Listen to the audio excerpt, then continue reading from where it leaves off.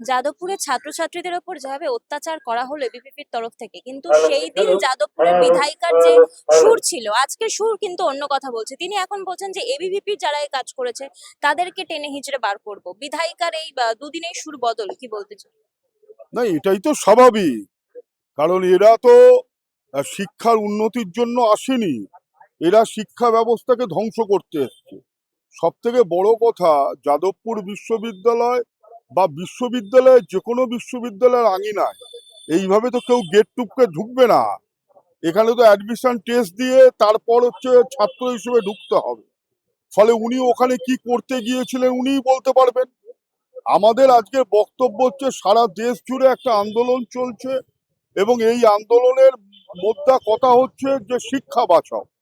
যেভাবে সারা দেশের শিক্ষা ব্যবস্থা কার্যত ধ্বংসের পথে চলে গেছে এবং ৯৪,০০০ স্কুল বন্ধ হয়ে গেছে। আমাদের এখানে ৮,০০০-এর উপর স্কুল বন্ধ হয়ে গেছে এবং আপনারা দেখেছেন সারা দেশে যেমন লক্ষাধিক স্কুলে একজন মাত্র শিক্ষক আছে। আমাদের রাজ্যে ৬,৫০০-এর ওপরে স্কুলে একজন শিক্ষক। ফলে শিক্ষক নিয়োগের কোনো আলাপ আলোচনা নেই এবং আপনারা দেখেছেন ইতিমধ্যে যাদের কাউন্সেলিং হয়ে গেছে তারাও পর্যন্ত নিয়োগ পেল না। বিভিন্ন ধরনের বিষয়গুলোকে সামনে রেখে কার্যত নিয়োগটা বন্ধ। তাহলে সারা দেশে যদি শিক্ষা ব্যবস্থা ধ্বংস হয়ে যায়, ফলে এরা যা করছে, তারা হচ্ছে যা এক্সিস্টিং আছে, যতটুকু আছে সেটাকেও ধ্বংস করে দিতে চাইছে। ফলে আজকে আমাদের আন্দোলন হচ্ছে শিক্ষা বাঁচাও আন্দোলন। এবং এই যে এত স্কুল বন্ধ হয়ে যাচ্ছে, শিক্ষক নেই, লাখে লাখে শিক্ষক নেই, আবার হচ্ছে ওই টেট পরীক্ষা দিতে হবে যারা পুরনো টিচার, তাদের মধ্য দিয়ে ২৫-৩০ লক্ষ শিক্ষককে ছাঁটাই করে দিয়ে দিতে হবে। আমাদের রাজ্যে ২৬,০০০ টিচার ৩১শে আগস্টের মধ্যে তাদের কাজ থাকবে কিনা কোনো গ্যারান্টি নেই এবং ৩২,০০০ শিক্ষক, তাদের নিয়ে আবার সুপ্রিম কোর্টে মামলা হবে। মুদ্রা বিষয়টা হচ্ছে স্কুলের পরিকাঠামো, তার জন্য কোনো চিন্তা ভাবনা নেই, অর্থ বরাদ্দ নেই, শিক্ষক নেই। একটা হচ্ছে চূড়ান্ত বিশৃঙ্খল অবস্থা তৈরি হয়েছে। এবং এবং আমি আরেকটা বিষয়ে দৃষ্টি আকর্ষণ করতে চাই, যে মিড ডে মিল, এই যে এত কথা, ইসকনকে দেবে কি অমুককে দেবে, তাদের চালু করা, কিন্তু বাস্তবতা হচ্ছে এই মুহূর্তে রাজ্যের বেশিরভাগ জেলায় মে মাসের পর থেকে কোনো টাকাই ঢোকেনি। না যারা হচ্ছে রন্ধন কর্মী আছে তাদের টাকা ঢুকেছে এবং ছাত্র ছাত্রীদের কোনো বরাদ্দই ঢোকেনি। ফলে শিক্ষকেরা এই মিড ডে মিল চালাতে একটা দুর্বিষহ অবস্থা, পকেটের পয়সা দিয়ে তাদের চালাতে হচ্ছে। ফলে আলোচনাটা হওয়া উচিত দখলদারি না, আলোচনাটা হওয়া উচিত সুস্থভাবে শিক্ষা ক্ষেত্র কিভাবে পরিচালিত হবে সেইটা আলোচনার বিষয়বস্তু আসা উচিত। কিন্তু আমাদের দুর্ভাগ্য যে আমাদের রাজ্যে আলোচনা হচ্ছে যে যে বিষয়গুলোকে নিয়ে, সমস্ত আলোচনাটা হচ্ছে ধর্মের ভিত্তিতে, সমস্ত আলোচনা হচ্ছে কে হিন্দু কে মুসলমান, মন্দির মসজিদ, এগুলো কি আলোচনার বিষয়?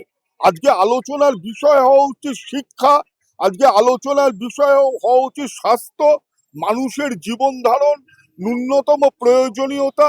এই বিষয়গুলো আলোচনার টেবিলে আসছে না। ফলে এই জায়গায় দাঁড়িয়ে আমরা মনে করি যে, আমরা রাইট টু এডুকেশন ফোরামের পক্ষ থেকে আমরা মনে করি যে এই বিষয়ে সরকারের ধ্যান দেওয়া উচিত।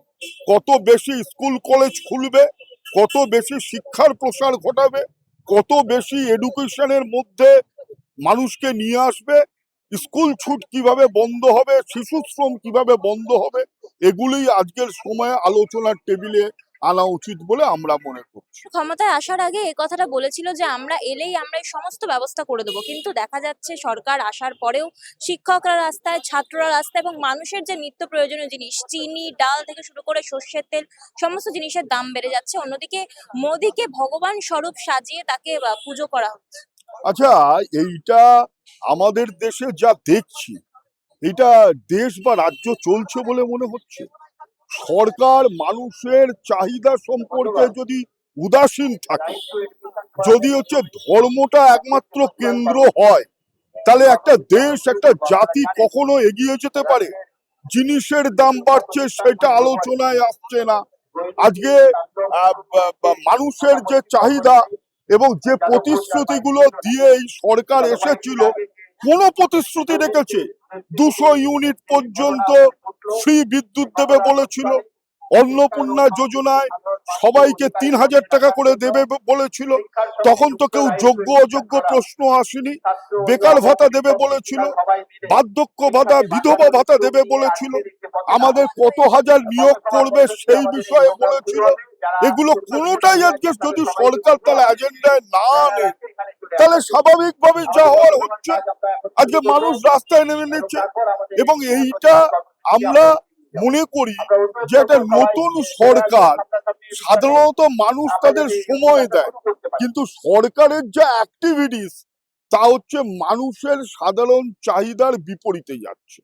এবং আপনি হকার উচ্ছেদ দিয়ে চালু হলো, যেভাবে হচ্ছে ঘটনাগুলো একটার পর একটা ঘটনা ঘটছে, ফলে এর বিরুদ্ধে আজকে মানুষ হচ্ছে রুখে দাঁড়াচ্ছে রাস্তায়। তার মানে জীবন ধারণের ন্যূনতম যদি সুযোগগুলো না থাকে, তাহলে মানুষকে রাস্তায় নামা ছাড়া বিকল্প কিছু নেই। আজকে সেই জন্য মানুষ বাধ্য হয়ে রাস্তায় নামছে। এ তো সরকারের ভাবা উচিত, তার অগ্রাধিকার কি হবে। কর্মসংস্থান, বেকারের যন্ত্রণা উপলব্ধি করে সেইটা তার অগ্রাধিকার থাকবে, না মন্দির মসজিদ থাকবে? আমরা তো মন্দির মসজিদ যেখানে আছে সেখানে থাক। একটা সরকারকে আমরা নির্বাচিত করেছি কেন? যে আমরা ভালো করে শিক্ষা পাবো, আমাদের কাজের ব্যবস্থা হবে, আমাদের রাজ্যের শিল্পায়ন হবে, আমাদের কৃষকেরা তারা ফসলের ন্যায্য দর পাবে, আমার পানীয় জল, আমার রাস্তা, আমার লাইট, এগুলোই তো উন্নয়নের মাপকাঠি। কটা মন্দির মসজিদ হলো সেটা তো উন্নয়নের মাপকাঠি না। সরকার তার ব্যর্থতা ঢাকার জন্য আজকে এই সমস্ত বিতর্কগুলোতে ঢুকিয়ে দিতে চাইছে মানুষের। ফলে আজকে সমস্ত স্তরের মানুষ ক্ষুব্ধ, আজকে রাস্তায় নামছে। আজকে ন্যূনতম মজুরি আইন বলে কিছু নেই, আজকে মানুষ কাজ পাচ্ছে না। তাহলে সেই জায়গায় মানুষ কি করবে? রাস্তায় নামা ছাড়া দ্বিতীয় বিকল্প আর কিছু নেই। সেই জন্য মানুষ হচ্ছে রাস্তায় নামছে। মোহনদাস পণ্ডিত, রাইট টু এডুকেশন ফোরামের আমি তার হচ্ছে ওই কর্মকর্তার মধ্যে আছি।